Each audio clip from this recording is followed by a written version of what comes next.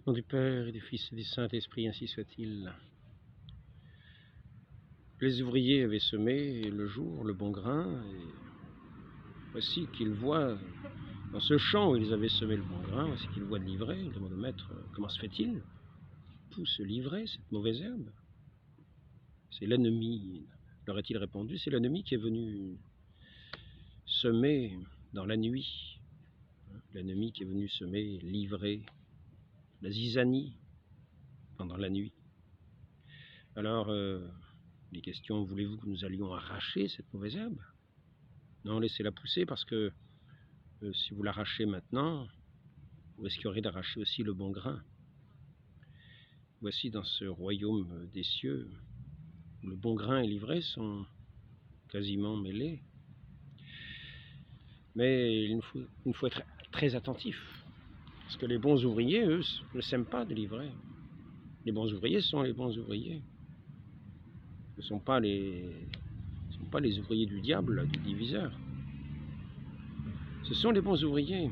Pour être un bon ouvrier, il faut veiller, il faut se faire violence d'une certaine manière, pour ne pas être ouvert à tous les vents. Il faut savoir, fermer la porte aux mauvaises inspirations. Il faut savoir fermer la porte au mensonge. Il faut savoir bannir le mensonge de sa maison. Il faut savoir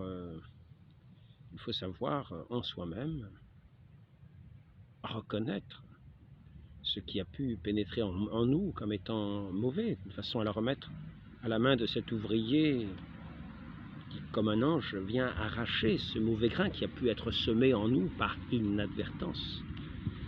Cela peut se faire dans la confession, nous remarquons, et nous ne l'arrachons pas par nous-mêmes car nous en sommes incapables, mais c'est cet ange du Seigneur qui, dans la confession, vient arracher cette ivraie, cette mauvaise herbe, vient effacer nos péchés. Ainsi, il nous faut être vigilant, savoir distinguer le vrai du faux, savoir distinguer ce qui tient de Dieu, ce qui tient de l'opposant de Dieu. À ce sujet-là,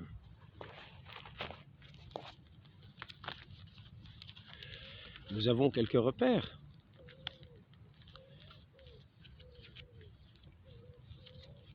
Pour savoir qui est de la descendance du serpent, de la descendance de la femme qui est le Christ, fils de la promesse, la descendance qui est l'héritage, qui est l'héritier, qui fait participer à son héritage, qui est celui qui va avoir cette bénédiction promise à la descendance d'Abraham. Ainsi, vous ne connaissez ni moi, ni mon Père. Saint Jean, chapitre 8, verset 19. Vous ne connaissez ni moi, ni mon Père. Si vous étiez de Dieu, vous connaîtriez ce que je dis, car c'est lui qui m'a envoyé. Mais ils vous feront toutes ces choses à cause de mon nom, parce qu'ils ne connaissent pas celui qui m'a envoyé. Chapitre 18, verset 21 de Saint Jean, toujours.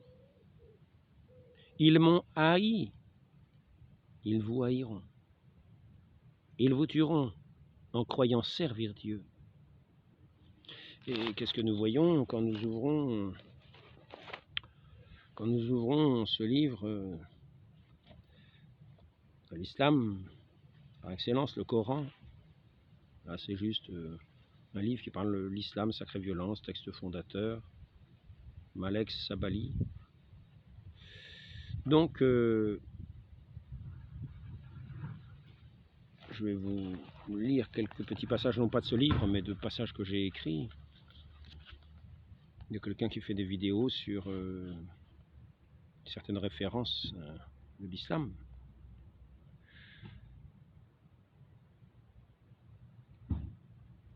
Par exemple, ici, il est dit, ne discutez que de la meilleure façon avec les gens du livre, sauf ceux d'entre eux qui sont injustes.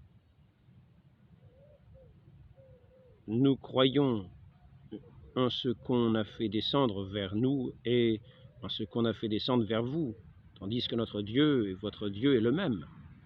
C'est à lui que nous nous soumettons, c'est la parole commune, c'est la parole agréable à entendre, la parole qui peut de ceux qui viennent semer leur ivrer comme dans la nuit, une parole doucereuse qui semble bonne. Ah, ne discutez que de la meilleure façon avec les gens du livre. C'est tiré de la sourate 29, c'est le verset 46. Et ainsi, ça permet à ces semeurs d'ivraies de s'approcher tranquillement de vous, de vous parler, de vous séduire, de vous parler de la meilleure manière, de se faire passer comme pour des anges de lumière. Mais, que faut-il penser de ce texte? Ils vous diront, mon frère,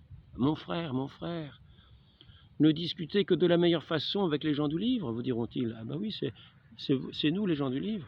Alors ils vont s'approcher de vous, ils vont dire, ne discutez que de la meilleure façon des gens du livre. Et nous qui ne sommes pas prévenus, qui ne sommes pas attentifs, qui ne connaissons rien, qui ne sommes pas sur nos gardes, nous ne sommes pas prévenus, nous disons, tiens, voilà des gens bien sympathiques, ils s'approchent de nous et nous parlent de la meilleure façon.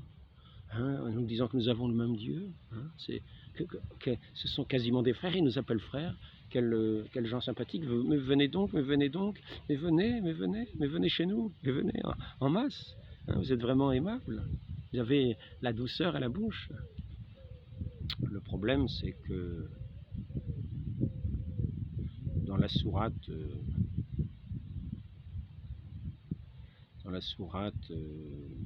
qui s'appelle Al-Anfal, le butin, il est dit, en parlant de nous, mais ils adorent en dehors de Allah ce qui ne profite ni ne leur nuit, et l'infidèle sera toujours l'allié des ennemis de son Seigneur.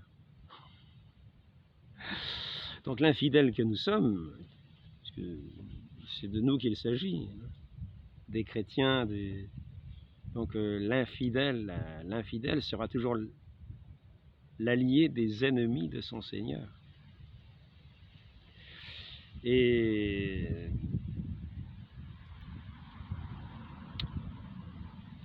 c'est donc la sourate 8, verset 55, et là nous en avons une autre. Préparez pour lutter contre eux, là c'est le verset 60, un peu plus loin. Préparez, c'est la même sourate. Préparez pour lutter contre eux tout ce que vous pouvez comme cavalerie, comme force, afin d'effrayer l'ennemi d'Allah et le vôtre, et d'autres que vous ne connaissez pas, donc qui ne vous ont rien fait, mais ce sont vos ennemis, puisque ce sont les ennemis, ce sont des infidèles, donc les ennemis, ils sont alliés des ennemis du Seigneur, donc vos ennemis. Préparez à lutter contre tous ceux que vous pouvez comme cavaliers, comme force, afin d'effrayer l'ennemi d'Allah et le vôtre, et d'autres que vous ne connaissez pas, et que tout ce que vous dépenserez, que vous ne connaissez pas, en dehors de ceci, mais que Allah connaît, et que tout ce que vous dépensez dans le sentier d'Allah vous sera remboursé pleinement.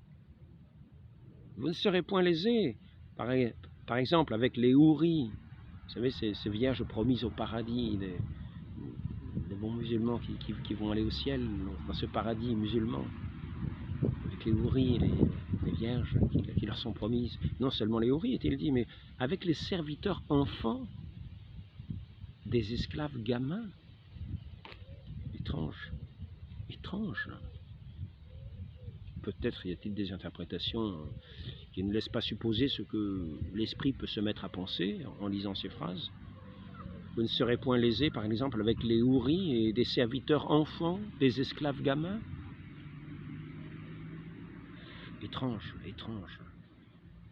Donc nous avons là cette première phrase qui semble être reçue dans une ignorance, nous le recevions dans notre ignorance comme venant de frères. Et voici que dans d'autres passages, il est dit que nous sommes des ennemis, et que nous sommes les alliés des ennemis du Seigneur, et qu'il faut préparer contre nous cette guerre, et comme en secret, puisque devant nous, on peut nous montrer un bon visage, ne discuter que de la meilleure façon avec les gens du livre, sauf de ceux d'entre eux qui sont injustes. Mais apparemment, ils sont tous injustes. Sauf ceux qui connaîtraient mal, qui ne seraient pas vraiment des gens du livre, mais qui seraient peut-être de futurs musulmans, peut-être. Est-ce ça, les gens qui ne sont pas injustes? Donc, ensuite, nous passons au verset sourate 5, 51. Ne prenez pas pour alliés les chrétiens. Ils sont alliés, ne prenez pas pour alliés les juifs et les chrétiens. Ils sont alliés les uns des autres. Et celui d'entre vous qui les prend pour alliés devient l'un des leurs, c'est-à-dire un ennemi d'Allah. Dieu ne guide pas, certes, les gens injustes. Alors là, je m'adresse à cette alliance islamo-gauchiste, à tous ces musulmans qui s'allient à des gens qui sont des infidèles à leurs yeux. Ça ne vous est pas permis. Quelles sont ces alliances que vous faites? Ne prenez pas pour alliés les juifs et les chrétiens. C'est vrai qu'ils ne sont ni juifs ni chrétiens, mais ne prenez pas non plus les infidèles. Hein? L'infidèle sera toujours l'allié des ennemis de son Seigneur. Alors si vous êtes les alliés des infidèles, c'est que vous êtes aussi les ennemis de votre Seigneur. Alors ne prenez pas non plus comme alliés les infidèles. Alors, je m'adresse à des musulmans qui pourraient écouter. C'est condamné par votre Coran. Alors il est vrai qu'il y a une précision. Ne prenez pas pour alliés les juifs et les chrétiens, ils sont alliés les uns des autres. Et celui d'entre eux qui les prend pour alliés devient l'un des leurs. Dieu ne guide pas, certes, les gens injustes. Donc nous en étions à frères, mais voici qu'il ne faut surtout pas prendre parmi ceux que ces musulmans, pour nous séduire, appellent frères. Ils nous appellent frères pour nous faire beau visage, pour que nous puissions les accueillir. Mais en fait, il ne faut surtout pas nous prendre comme alliés, car nous sommes les ennemis de leur Seigneur et les alliés de leurs ennemis.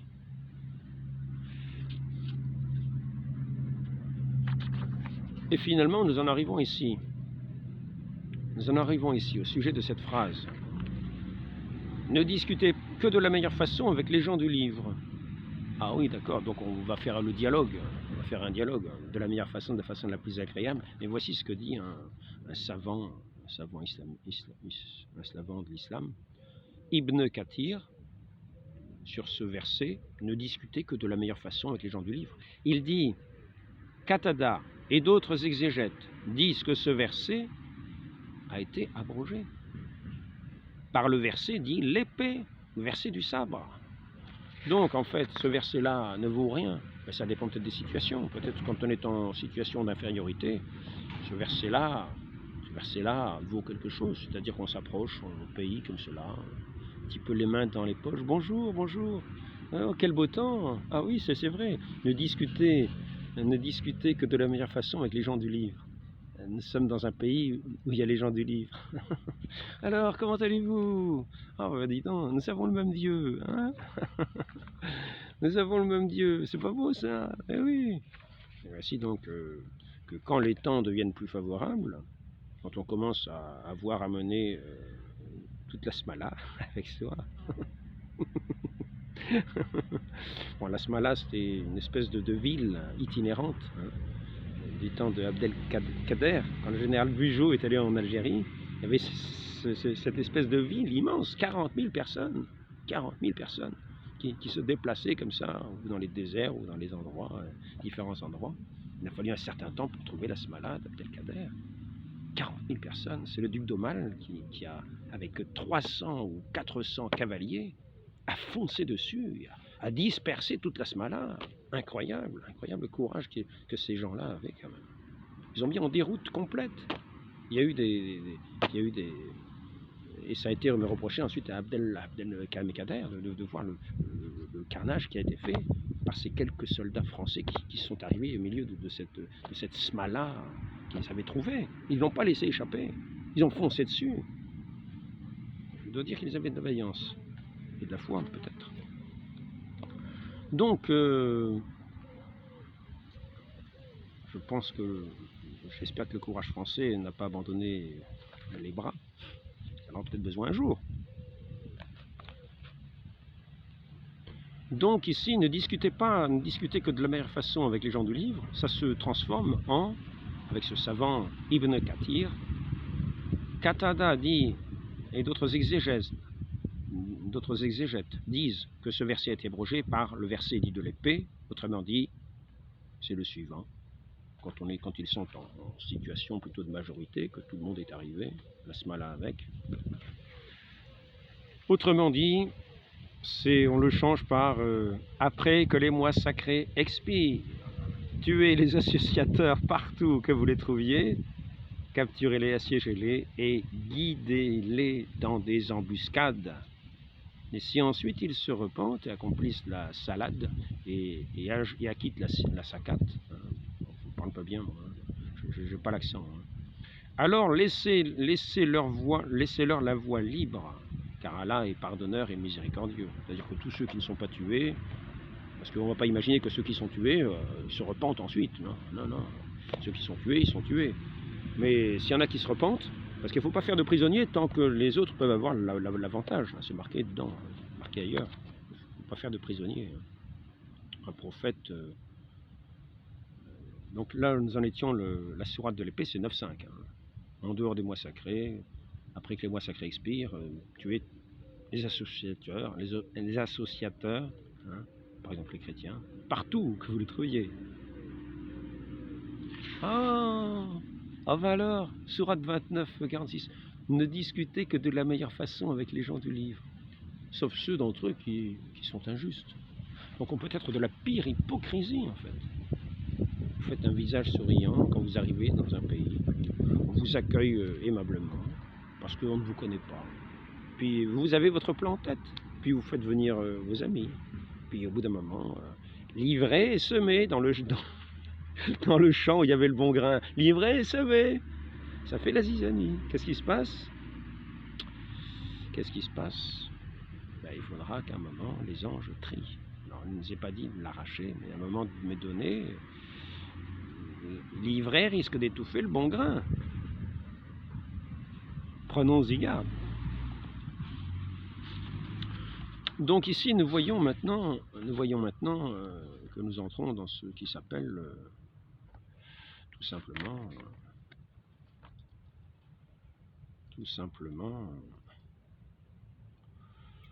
donc nous avons vu que les croyants ne prennent pas pour alliés les infidèles au lieu de croyants. Quiconque le fait contredit la religion d'Allah. Alors ceux qui veulent s'allier aux communistes, aux fidèles, ceux qui sont les gauchistes, la lutte des classes, qui sont vraiment plutôt athées. Ils ne sont pas musulmans en tout cas. Donc c'est marqué, c'est la recommandation à faire, que les croyants ne prennent pas pour alliés les infidèles au lieu de croyants. Quiconque le fait contredit la religion d'Allah, à moins que vous ne cherchiez à vous protéger d'eux. Vous êtes peut-être menacé, à ce moment-là, vous pouvez vous allier avec des infidèles. Parce que nous sommes dans la religion de l'hypocrisie. Il faut montrer un bon visage avec des gens qu'on va ensuite trucider. Parce qu'il est question de trucider les infidèles. Partout, afin, après que les mois sacrés expirent, tuer les associateurs, non seulement les associateurs, mais les incrédules, les infidèles. N'oublions pas que les infidèles, je reviens ici, l'infidèle sera toujours l'allié des ennemis de son Seigneur. Vous n'allez pas vous rester allié quand le danger est passé, quand vous êtes votre supérieur, quand le danger est passé, vous n'allez pas rester allié avec eux, vous ne le pouvez pas. Que les croyants ne prennent pas pour alliés les infidèles, au lieu de croyants, quiconque le fait contredit la religion d'Allah. Voilà. Allah vous met en garde à l'égard de lui-même, et c'est Allah le retour. Alors attention, on peut dire que tout ça c'est une stratégie islamique de colonisation, et qui doit rester secrète. Alain, qu'est-ce que tu fais? Tu dévoiles tout. C'est incroyable. Ce frère Alain, il est incroyable. Il dévoile tout au grand jour. Mais vas-tu te taire? Donc, voici ce que dit, par exemple, voici ce qui est dit, par exemple, Muslim, chapitre 24, l'interdiction de voyager en pays impie, en pays d'infidèles, pays où il y a aussi les associateurs, peut-être les juifs aussi, interdiction de voyager avec le Coran dans le pays de territoire des mécréants. Si l'on craint qu'il ne tombe entre leurs mains, ah oui, ils risqueraient de dévoiler le plan. Vous vous rendez compte? Parlez-leur de la meilleure des manières. Hein. Ne discutez que de la meilleure manière. Bah, on a le livre en main, qu'est-ce que c'est? Bah, regardez ce qu'il y a dedans, mais c'est dingue, ça, vous avez vu ce qu'il y a dedans, c'est incroyable. Ils veulent nous zigouiller, mais c'est pas vrai. Quand même, il faut faire attention. Et oui, les plans risqueraient d'être dévoilés. Hein. Donc ça c'est Muslim chapitre 24. Le messager d'Allah a interdit de voyager avec le Coran en territoire ennemi, de crainte qu'il ne tombe en territoire, qu'il ne tombe entre les mains de l'ennemi. Et nous révèle le plan secret, le plan caché. Hein, il faut que le bon grain soit semé, que l'ivraie, dis-moi le mauvais grain, soit semé dans la nuit, incognito. Mais quand même, maître, nous avons semé le bon grain en plein jour. Quel est cet ivraie qui a poussé? C'est l'ennemi qui a semé l'ivraie pendant la nuit. Donc là, je suis en train juste de dire, mais alors, mais qu'est-ce que c'est que cet ivraie qui a poussé? Donc,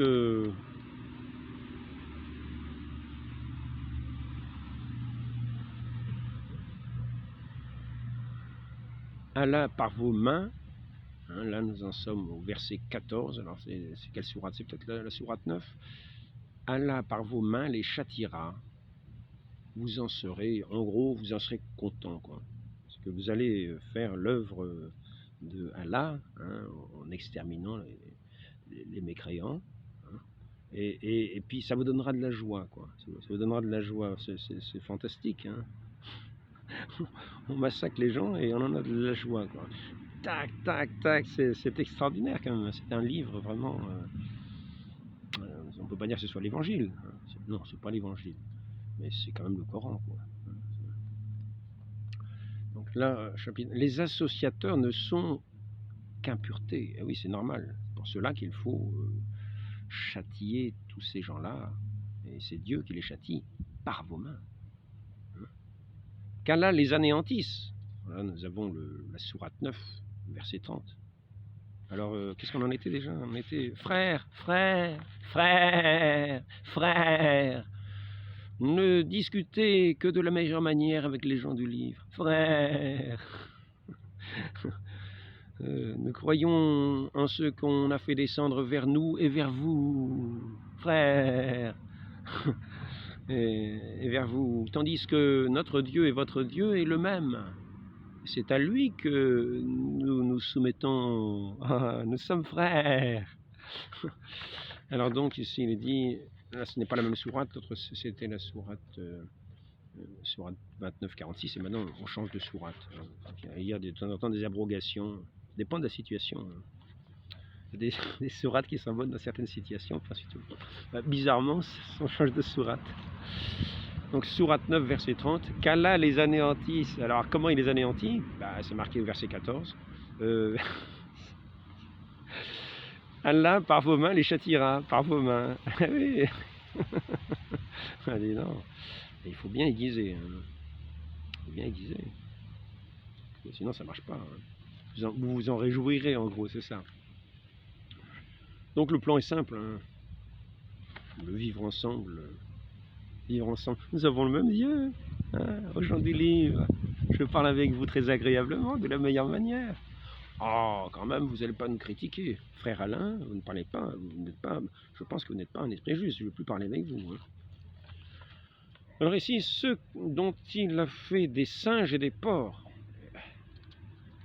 Malheureusement, qu'est-ce que c'est que cette histoire? Ceux qui ont encouru la colère. Alors ça, c'est la première sourate. Ceux qui ont encouru la colère. Et des savants juifs disent que c'est les juifs. Les savants musulmans disent que c'est les juifs. Et aussi ceux qui ont encouru la colère et les égarés. Alors les égarés, c'est les chrétiens. Ils sont un petit peu perdus, quoi. C'est un petit peu, c'est comme un petit peu aujourd'hui. Mais ceux qu'on appelle chrétiens aujourd'hui ne le sont pas. On croit qu'on est en pays chrétien, mais on n'est pas dans un pays chrétien. On est dans un pays où on a laissé livrer la zizanie, le grain de l'ennemi, envahir pratiquement tout et pratiquement étouffer le bon grain. Je ne parle pas ici que du grain de l'islam. Quand nous voyons toute cette débauche toute toute cette débauche de spectacles que nous pouvons voir à l'échelle mondiale comme étant le nouveau modèle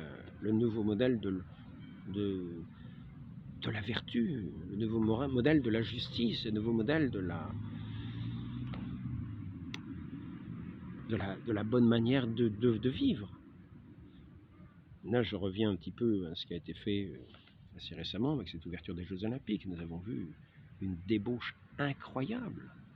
Des spectacles qui auraient pratiquement été classés presque X auparavant, qui auraient mis un gros carré blanc, interdiction de voir ça, c'était à voir pour adultes. Quand j'étais gamin, il y avait des émissions avec les carrés blancs, il fallait surtout pas que les enfants restent là. Quand c'était le carré blanc, il fallait partir. Et les parents y veillaient. Je sais pas ce qu'ils regardaient. Et donc aujourd'hui, c'est ce qui était sous carré blanc avant qui est mis au grand jour, et qui est mis comme une fierté, Je tiens à dire simplement que les rapports entre l'homme et la femme ne se sont jamais faits en public comme étant une chose extraordinaire. Ça a toujours été vu d'une façon honteuse quand c'était montré en public. Sauf peut-être pour ce qui était de la couche du roi, qui était un homme public, même dans sa vie privée. Et je me demande s'il ne fallait pas qu'il y ait des témoins ou des gens qui je n'irai pas jusque-là, je n'en sais rien, mais le roi, d'une certaine manière, était l'homme qui était donné à la France. Et il fallait quand même, pour venir voir ça, il fallait quand même avoir un sens du devoir assez fort, hein, parce que quand même, moi j'y serais allé, je crois bien que j'aurais regardé de cette façon-là, hein, j'aurais pas trop regardé, quoi. Hein. Je crois que j'aurais pas regardé. Hein. J'aurais été un témoin, j'aurais dit, bon ben d'accord, en fait j'aurais pas été un témoin. J'aurais pas été un témoin, je crois que j'aurais pas accepté, mais sauf dans une société très structurée. Alors je ne suis pas sûr que ce que je dis là soit juste, hein. Il faut faire très attention. Je sais que le lever du roi, tout le monde assistait au lever du roi, on venait, etc. Il y avait des gens qui venaient l'habiller, etc. Donc quand il mangeait, il y avait aussi des gens qui venaient assister. Même à Versailles, du temps de Louis XV, tout le monde pouvait venir assister au repas, pouvait venir s'asseoir à la table et parler même au roi. Même des mendiants, et ça stupéfiait, parce qu'il était le père du peuple, et ça stupéfiait des ambassadeurs qui venaient de Venise ou d'autres pays qui étaient stupéfaits de voir qu'à Versailles, on rencontrait toutes sortes de gens, les gens qui venaient de tout le peuple français. Et il n'y avait aucune honte, car il était le roi de France, le roi, le père de ce peuple. Et donc, on admirait, paraît-il, la façon dont, avec un, je ne sais pas si c'était avec une épée ou quoi, je ne sais pas comment il faisait, ou avec un couteau, donc il a enlevé la coque des œufs à la coque, vous savez, on fait un petit trou au-dessus, on prend la cuillère, hop, on mange l'œuf à la coque, on trempe du pain dedans, ça fait longtemps que j'en ai pas fait, tiens, que j'en fasse. Mais lui, il coupait ça d'une certaine manière, tout le monde était admiratif. Et voilà, c'est pour dire que on a bien des idées reçues sur ces rois-là, mais en tout cas, on avait le sens de la pudeur. Il y avait une pudeur, c'est-à-dire qu'on ne s'habillait pas d'une façon de débaucher. On ne mettait pas ça en fierté de s'habiller en débauché, quelles que soient les relations qu'on pouvait avoir. Ça restait du domaine de la vie privée. On n'exposait pas ça au grand jour. On n'exposait pas le scandale aux yeux des enfants. On n'exposait pas l'impureté aux yeux des enfants. Car tous ces domaines-là sont du domaine de ce qui touche quelquefois à des passions qui ne sont pas forcément les plus saines, et qui se communiquent. C'est donc, on arrive donc dans un domaine qui quelquefois atteint le vice. La relation entre l'homme et la femme est un autre caractère. Dans un mariage, il y a un amour véritable, le don de l'un à l'autre est un amour véritable. Mais en dehors de ce mariage, c'est souvent le profit de l'un de l'autre. Des profits que l'on tire, des plaisirs que l'on tire des uns et des autres, et c'est une vraie débauche dans ce sens-là. Et c'est cela qui est mis au grand jour, et dans des vêtements qui montrent une impudicité complète, totale. c'est vraiment l'esprit révolutionnaire, c'est-à-dire l'esprit athée, l'esprit de dire que ce qui est... de reconnaître qu'il n'y a pas de péché, qu'il n'y a pas de péché, qu'il n'y a pas de mal, que finalement ce qui était mal, apparaît comme un bien, et on l'expose au grand jour. C'est la livrée qui est entrée, qui étouffe le bon grain de la vertu véritable, le bon grain de cette pureté de cœur qui nous permet de vivre de cette grâce de Dieu. Et donc, nous voyons qu'avec cette République est une ouverture de ce champ de Dieu, toute porte ouverte, à livrer, à la zizanie, à cette impudicité qui est mise pratiquement en exergue, en exemple. Le scandale qui devient l'exemple, qui devient exemplaire à la face du monde entier. Mais c'est tout simplement scandaleux pour le pays qui a fait cela, c'est-à-dire la France, qui a perdu son honneur. Elle l'avait déjà perdu à la Révolution, mais c'était d'une certaine manière racheté, parce que le peuple était encore en grande partie chrétien et vivait dans ce sens du don de soi, dans ce sens justement d'un honneur à la fois rendu à Dieu et aussi rendu aux belles œuvres et aux bonnes œuvres, de peine que se donnaient les hommes, les femmes, sous le regard de Dieu dans ce monde chrétien, malgré les lois de la République. Mais aujourd'hui, c'est toute porte ouverte au vice et le bon grain est étouffé par livrée et livré à tout piétiner, et piétiné par l'ennemi. Et l'ennemi entre très facilement. Il n'a même plus bientôt besoin de dire ne discutez que de la meilleure façon avec les gens du livre. Non, il n'y a plus besoin de dire ça. Maintenant, on va pouvoir arriver directement avec le sabre, exterminer les gens du livre. On va dire, vous voyez, parce que en disant que ce qui était mauvais est bien, on en vient à dire que ce qui était bon devient mauvais, parce qu'on empêche ce nouveau bien, qui est une impudicité dans toute son horreur, dans tout son scandale. Mais on va en venir à dire, et c'est ce qu'on en vient à faire, on en vient à criminaliser ceux qui avant étaient bons et qui empêchaient ces scandales publics. C'est cela qui est criminalisé, on va dire homophobie. On va mettre tout ce qui est laid, on va faire un porte-étendard. Porte-étendard de ce sens révolutionnaire qui va piétiner toute l'œuvre de Dieu, tout son champ, tout le bon grain. Il n'en restera bientôt rien. Donc, dans cette république impie, dans cette république anti-Dieu, anti-Christ, il veut venir tous les ennemis du Christ.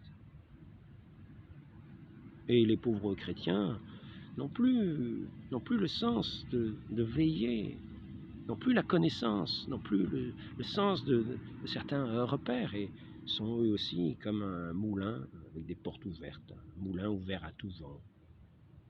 Ils sont plus à même de veiller pour éviter d'être envahis eux-mêmes par ces inspirations sataniques. Il faut veiller, prier. Et lorsque nous voyons que nous avons ce péché en nous, il faut vite aller le dénoncer devant cet ange de Dieu qui est le ministre, qui est son ministre, qui va enlever, effacer le péché par la grâce du sang précieux du Christ qui a versé son sang pour nous racheter de tout péché, nous laver de tout péché. Et si ce ministre du Christ peut, par l'absolution, effacer le péché, c'est par la vertu de ce sang précieux de notre Seigneur qu'il a versé sur la croix par amour de nous. Et c'est lui qui efface le péché à travers son ministre. Donc revenons-en un petit coup. Hein. Il faut arriver à ce qui est une chose...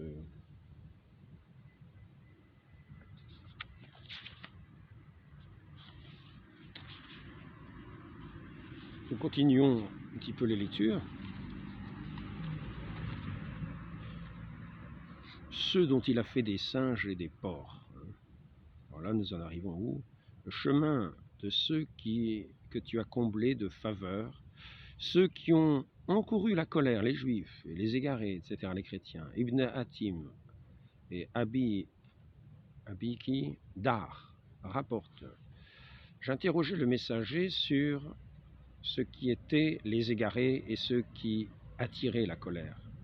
Et donc, c'est ce savant, en gros, qui dit qu'il a consulté leur maître et qu'il lui a été dit que les égarés, c'était les chrétiens, et ceux qui subissaient la colère, ceux qui étaient sous la colère, c'était les juifs.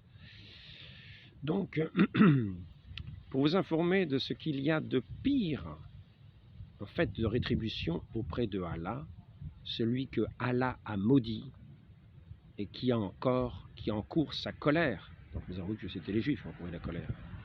Ceux dont il a fait des singes et des porcs. Nous arrivons à Sourate 5, verset 60. Voici la considération de ce vivre ensemble, de ceux qui nous disent ne discutez que de la meilleure façon avec les gens du livre. Nous avons le même Dieu. Oui. Alors, ceux qui nous dénoncent, avec eux, vous ne discutez pas.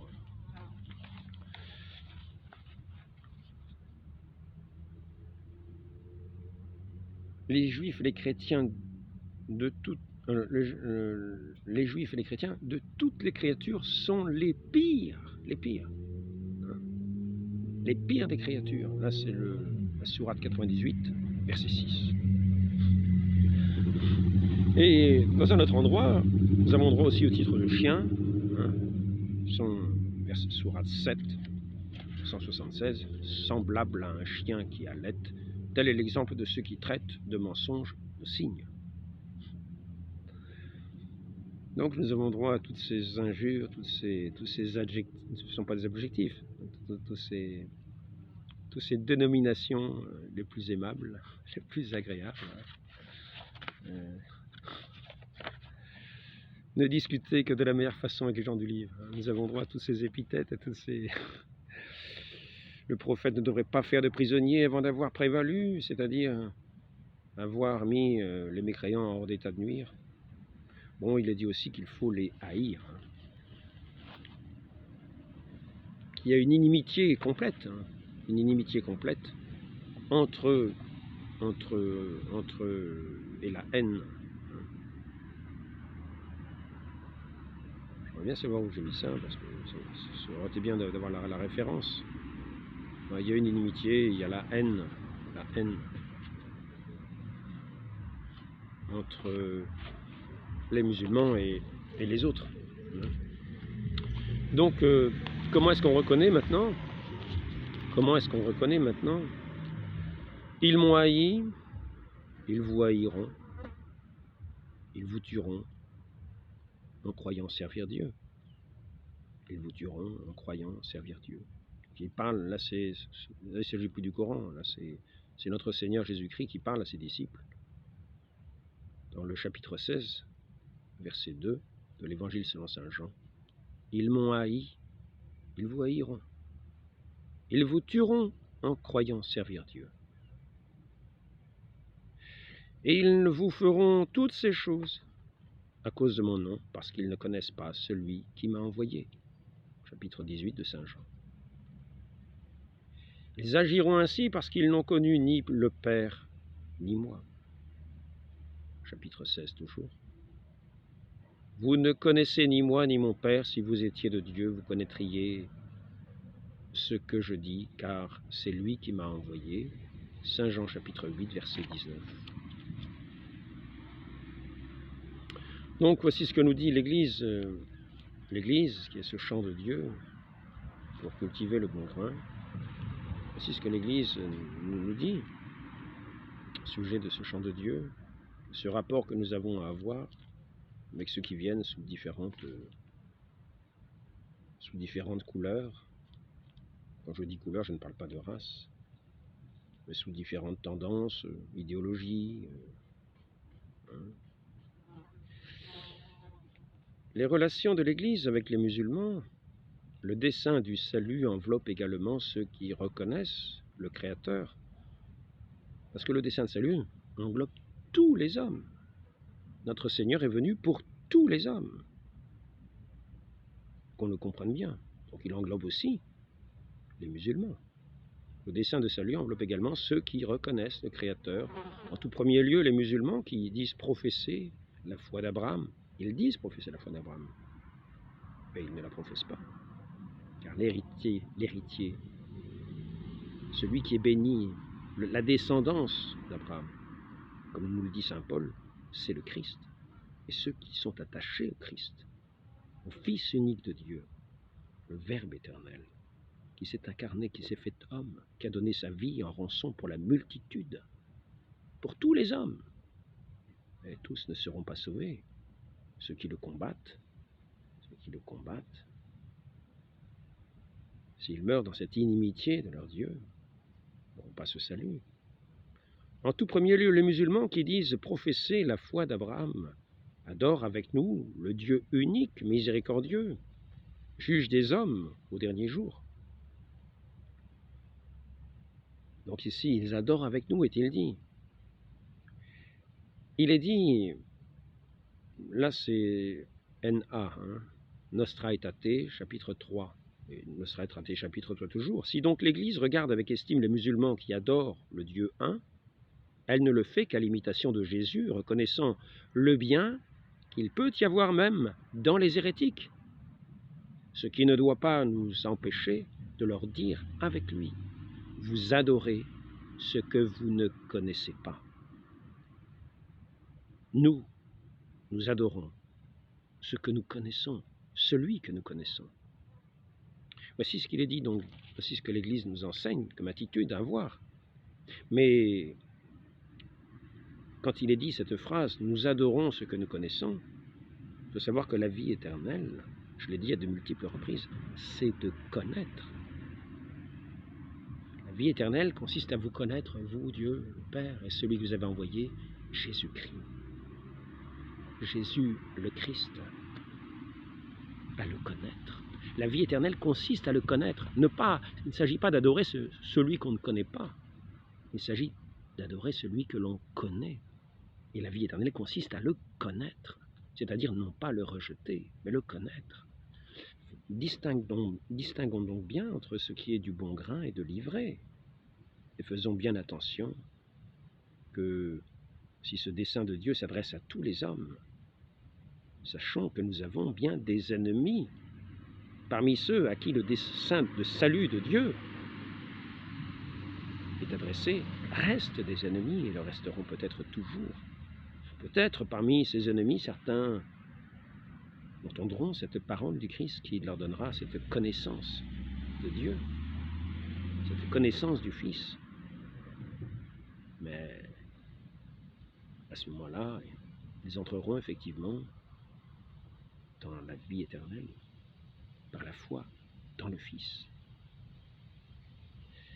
Et c'est ainsi que les apôtres ont été envoyés pour prêcher l'Évangile à toutes les nations, par toute la terre, afin que ceux qui ont des oreilles pour entendre celui qui est le Verbe éternel puissent l'entendre et entrer dans cette communion de cette Église, dans ce chant de Dieu. Pour cela qu'il faut semer le bon grain de la parole de vérité, non pas de l'hypocrisie, comme nous le voyons. Il ne s'agit pas de semer des paroles d'hypocrisie. Ne discutez que de la meilleure façon avec les gens du livre. Et après ça, qu'est-ce que c'est? Allah par vos mains les châtiera. Vous en serez content.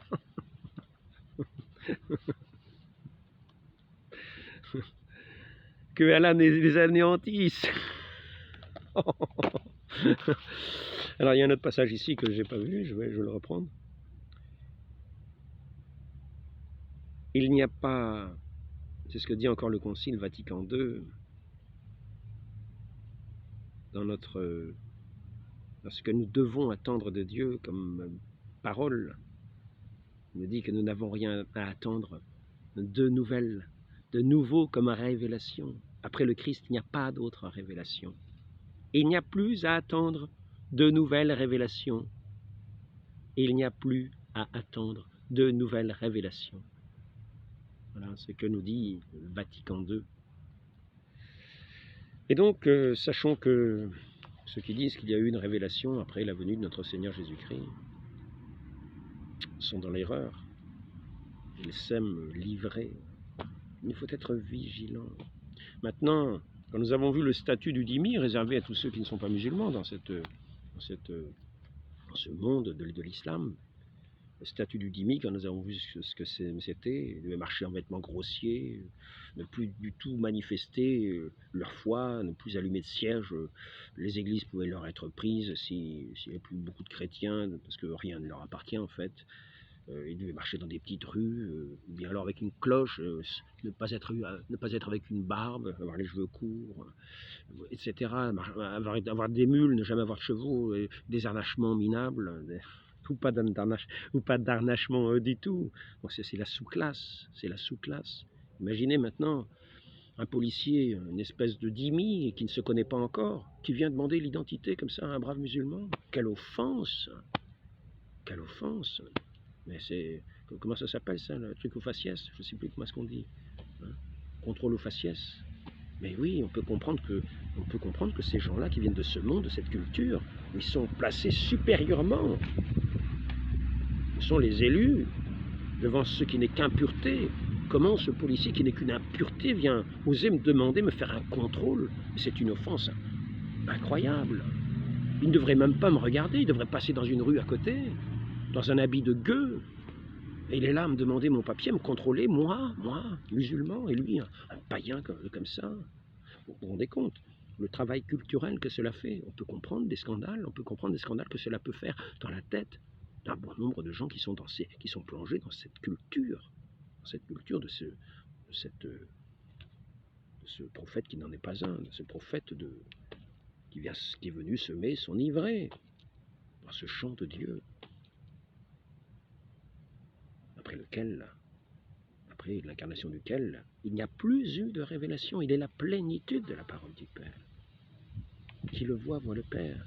Et nous entrons en communion avec tous ceux qui l'ont touché de leurs mains, qui l'ont vu de leurs yeux, écoutant ces récits de l'Évangile et par cet Esprit Saint qui vient habiter en eux, par la foi, en particulier lorsqu'ils renoncent à eux-mêmes, lorsqu'ils ne vont pas fleurir dans toutes les iniquités et exposer leur honte à la face du monde entier, et au contraire, demander, faire pénitence, renoncer à eux-mêmes, mourir à eux-mêmes, pour vivre de cette grâce, dans cette pureté de cœur, vivre de cette grâce de Dieu, de cette grâce divine, qui va nous amener à être dans une communion, non pas dans la guerre perpétuelle, non pas dans cette lutte, non pas dans l'hypocrisie des uns des autres, dans une vraie charité, par le baptême, le renoncement à soi, cette renaissance de cet homme, non plus de péché, non plus de la terre, mais de l'Esprit de Dieu, qui nous fait un, véritablement, et non pas parler en mensonge les uns aux autres, mais parler en vérité de cette parole de vérité qui est le Christ lui-même. Donc, faisons bien attention. Le champ, c'est le monde. Le bon grain, c'est la parole de Dieu. L'ivraie, ce sont les fils du mauvais.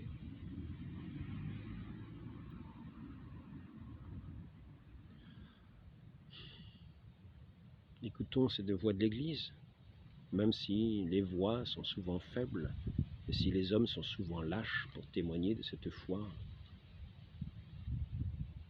dans notre Dieu, qui lui n'a pas détourné le visage, n'a pas renoncé à être honteusement crucifié à la face des hommes qui le haïssaient.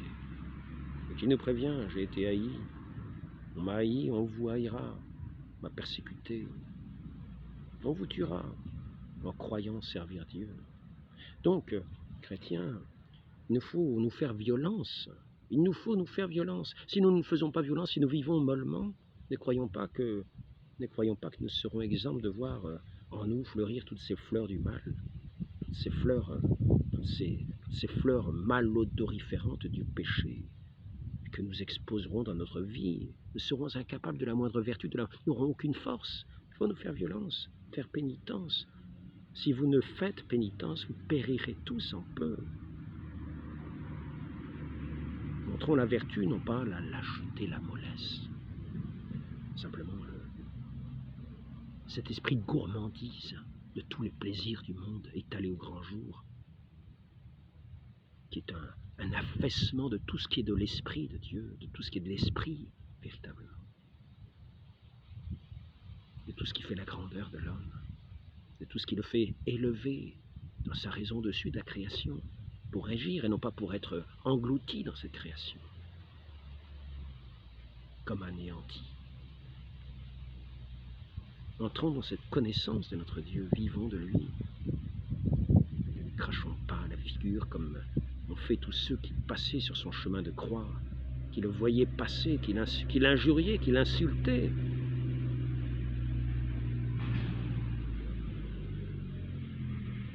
Il n'avait pas belle apparence, mais il nous a tracé le chemin, non pas de la vanité,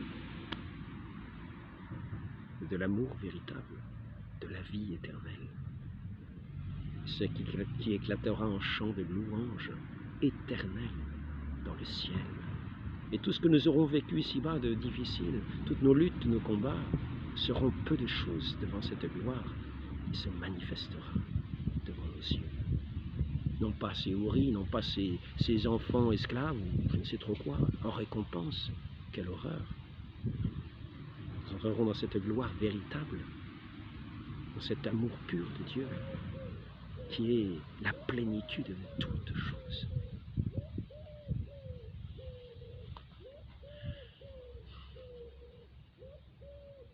Qui se fait lui-même notre nourriture, notre vie, notre tout. Ô Marie conçue sans péché,